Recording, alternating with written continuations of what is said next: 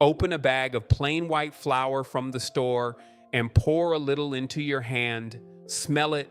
It smells of nothing at all, like paper, like dust, like the inside of an empty box. That flour was made from wheat, and wheat is a living seed, a grain you could set in the ground and it would sprout and grow. But by the time it reached that shelf, it had been stripped of nearly everything that made it alive. What was left can sit in a warehouse for a year, 2 years, and never change because there is nothing left in it to spoil. And I want to tell you plainly that is not an accident. That is the whole point of how it is made. My name is Elias Yoder. I am Amish, and I farm in Lancaster County, Pennsylvania. Bolted to the end of the workbench in my kitchen, there's a small iron mill, and beside it a bucket of whole wheat kernels, what the old folks call wheat berries. That bucket cost me about $20, and it holds more flour than my family will bake in half a year.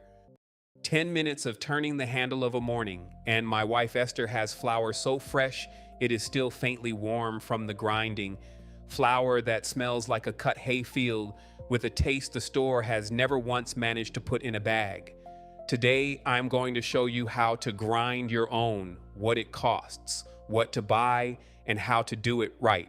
And I am going to be honest with you the whole way through about what it does well and what it does not, because there is a great deal of foolishness told about this, and I would rather you trust me than be dazzled by me. Stay with me. Let me start by telling you what they took out of that store flour, because once you understand it, the whole rest of this makes plain sense. A grain of wheat has 3 parts, and I want you to hold them in your mind. On the outside is the bran, the brown papery skin, and that is where most of the fiber lives and a good share of the minerals. In the very heart of the grain is a small thing called the germ. That is the living part, the part that would sprout into a new plant if you set it in wet earth. The germ is where the real goodness sits, the oils, the vitamins, the flavor, the life of the seed. And filling up the great bulk of the grain between the two is the endosperm, which is mostly starch, the plain white part. Now, here is what happens at the big mill. To make white flour, they grind the wheat, and then they sift out the bran, and they sift out the germ, and they keep only the white starchy endosperm in the middle. They take away the 2 best parts and keep the one that feeds you least. And you may well ask, why on earth would a man do that? Why throw away the most nourishing part of the grain? And the answer is the same answer it always is on this channel. It comes down to money and to shelf life. That little germ, the living heart of the grain, is full of oil, and oil goes rancid. The moment you grind that germ up and let the air at it, the clock starts ticking. Within days, within a week or 2, that oil begins to turn, to go stale and bitter and off, the way a walnut goes or a bit of bacon fat left out. So whole grain flour with the germ still in it does not keep. It has a life of a few weeks, maybe a couple of months if you keep it cold, and then it starts to spoil because it is still alive, still full of the oils that living things are made of. But white flour with the germ and the bran taken clean out has had the life removed from it. There is no oil left to go rancid, so it sits on the shelf a year or 2 and never changes because it is not really whole food anymore. It is starch. They took out the part that spoils, and the part that spoils is the very same part that feeds you.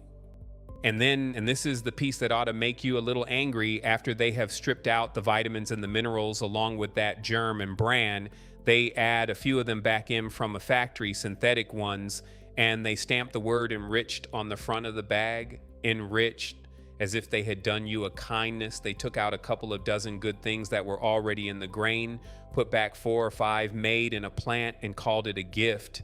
That is like a man taking your coat and your boots and your gloves and handing you back a thin pair of socks and calling himself generous. You were richer before he ever helped you. Now let me tell you what fresh flour actually is, so you know what you have been missing. When you grind a whole wheat berry the morning you're going to use it, you keep all 3 parts, the bran, the germ, and the endosperm, all together. the whole grain the way it grew. Nothing sifted out, nothing thrown away. And it is a different food entirely. The smell alone will stop you, sweet and nutty and green, like the grain is still half alive in your hands, which it very nearly is. The bread it makes has a depth to it, a real wheat flavor, where store bread is mostly just soft and sweet and empty, and the goodness is all still in there, the fiber, the oils, the vitamins, because you did not give it time to lose them. That is the other thing folks do not know. Even the vitamins in flour begin to fade the moment it is ground from the air getting at it. The studies on it say a fresh ground flour loses a good share of some of its vitamins within the first few days and keeps losing them the longer it sits. So even a whole wheat flour bought in a bag, weeks or months old, is a shadow of what it was the hour it was milled. Fresh ground, used within a day or two, that is the only way you get the whole of what the grain has to give. The store simply cannot sell you that, because by the time a thing travels from the mill to the warehouse to the shelf to your cupboard, the freshness is long gone. Freshness is the one thing they cannot bottle. Now here is the wonder of it, the thing that makes this whole way of living possible, and it is a bit of a puzzle at first. A whole wheat berry unground with its skin still on it is one of the longest keeping foods on this whole earth. They have found wheat in the old tombs over in Egypt, sealed up for thousands of years, and the grain was still sound. In your own home, a bucket of whole wheat berries, kept dry and kept cool and kept away from the bugs, will keep for 25, 30 years and more, because it is still a whole seed, sealed the way nature sealed it, and the oils in that little germ are tucked safe inside the grain, not exposed to the air. So look at the puzzle. The whole grain keeps 30 years. The flour keeps a few weeks. And the store's answer to that puzzle was to ruin the grain so that the flour would keep. My people's answer, and it is the sensible one, is exactly the opposite. You keep the grain whole the way it keeps for 30 years, and you grind only what you need the day you need it. You do not store flour at all. You store grain. You make the flour fresh, a few cups at a time, the very morning you're going to bake. That is the whole secret of it, and it is so simple that folks look right past it. So let me tell you what to buy, because getting this right the first time saves you trouble.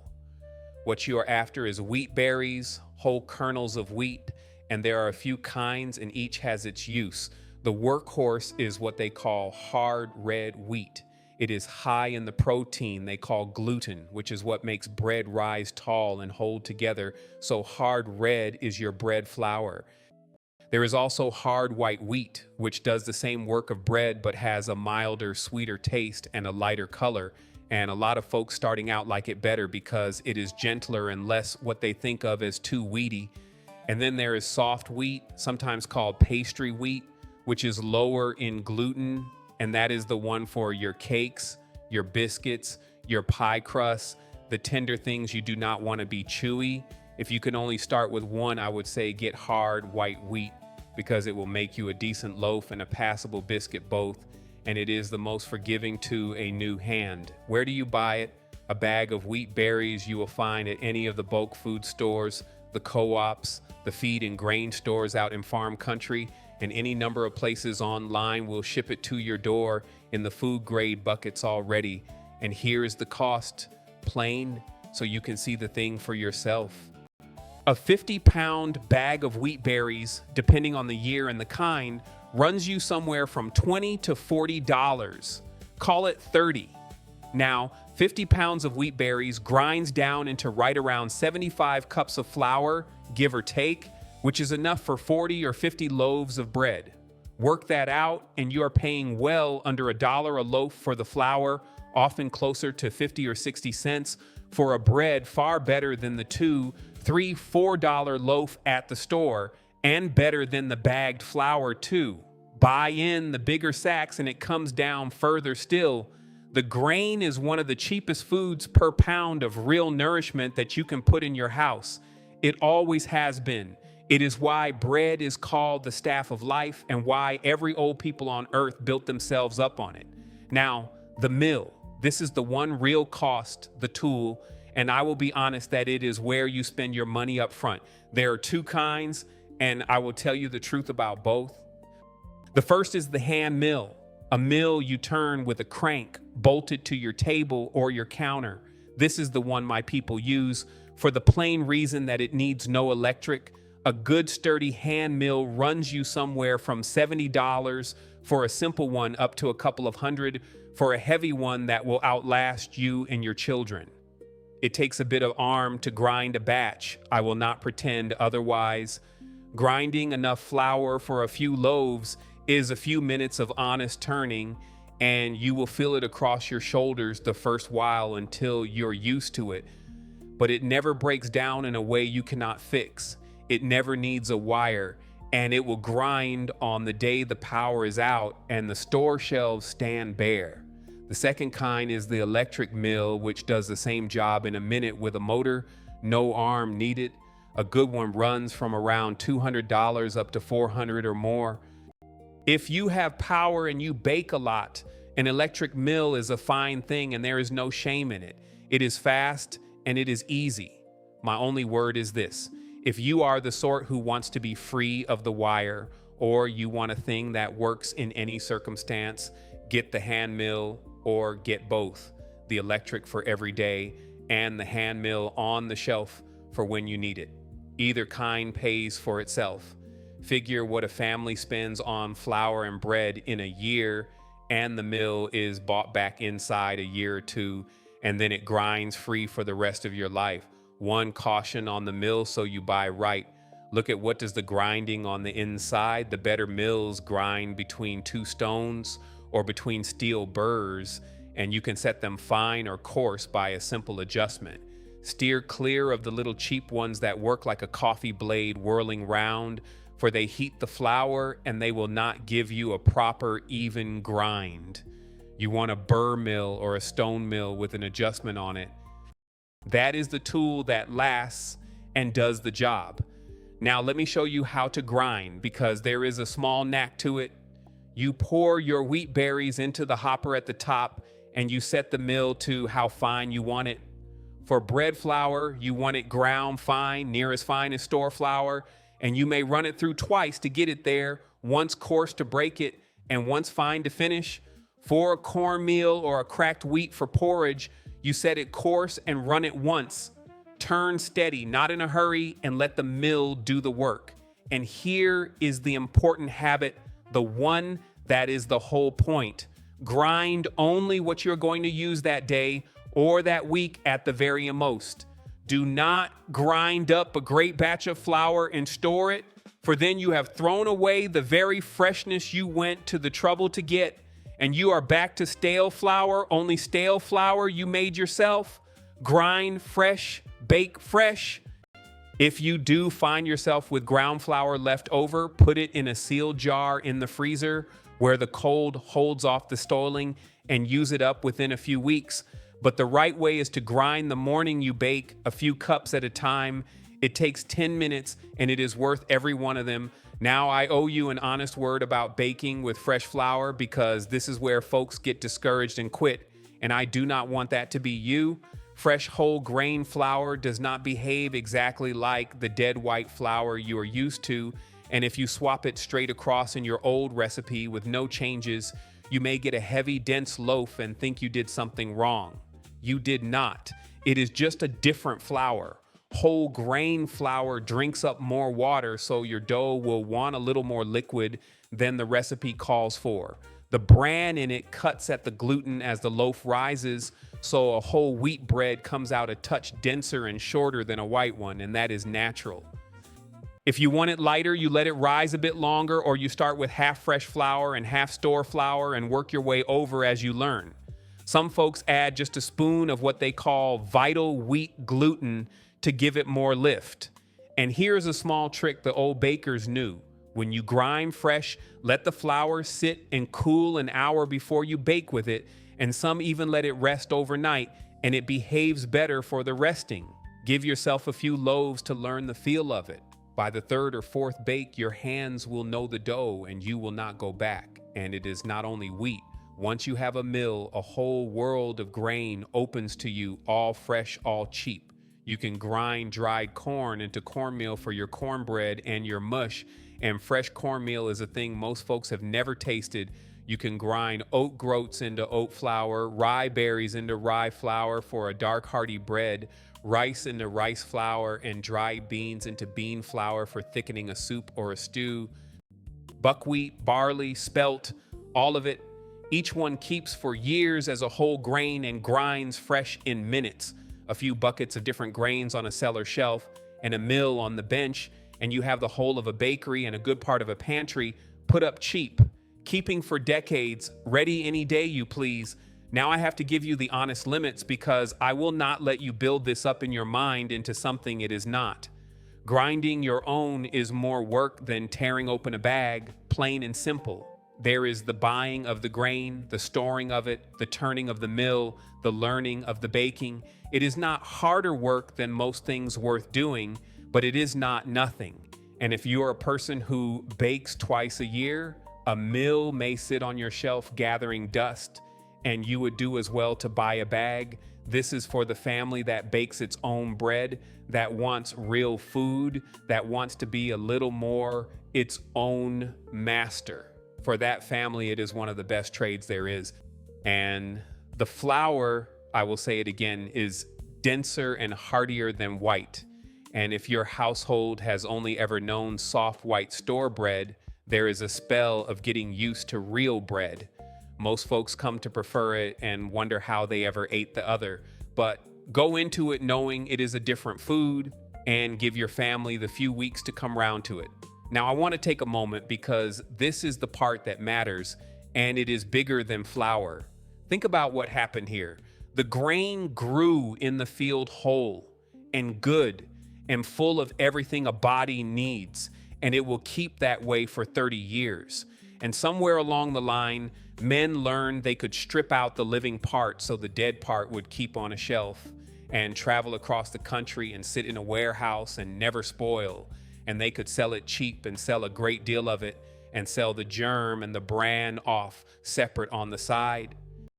And so a whole nation came to eat a flour with the life taken out of it and to think that white, soft, and empty was what bread was supposed to be.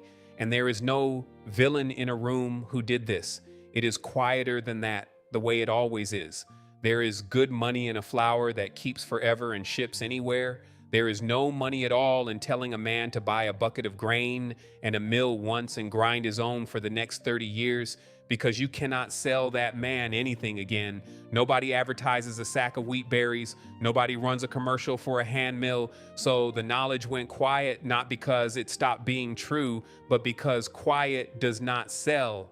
My people never stopped grinding because we never handed the whole of our eating over to the store to begin with. A family that keeps its own grain and grinds its own flour is a family that eats well, no matter what the price of bread does, no matter what the shelves look like in a hard week, no matter who is running things. That is not about being cheap, though it is cheap. It is about being a little harder to put in a corner. A man who can turn his own wheat into his own bread on his own table answers to nobody for his daily loaf. So here is what I want you to do. You do not have to buy the mill this week. Start smaller. Buy yourself one bag of wheat berries, even a small one, and find someone with a mill, or buy the cheapest decent hand mill you can and grind up a few cups and bake one loaf of bread with your own fresh flour. Just one. Smell it as it grinds. Taste that first slice with a little butter on it. I think that one loaf will tell you more than I can in an hour of talking. Then, if it stirs something in you the way it has in my family for 200 years, get your grain in, get your mill set on the bench, and never buy a dead bag of flour again. Tell me in the comments below, do you bake your own bread now? And have you ever ground your own flour, or is this the first you have heard of it? And if your grandmother or your grandfather kept a mill or ground their own, tell me what you remember of it, the smell of it, the taste. Because those memories are the very knowledge I am trying to keep alive on this channel. I read every single one, and the things you all share teach the new folks more than I ever could. Next time, since we have the fresh flour in hand, I'm going to show you the old way my wife makes a simple loaf of bread from that flour with no machine and hardly any fuss, the everyday bread that has fed this family all my life. It is the natural next step after today. Until then, keep the grain whole, grind it fresh, waste nothing, and remember the people who built this country with their hands knew things we are only just starting to remember.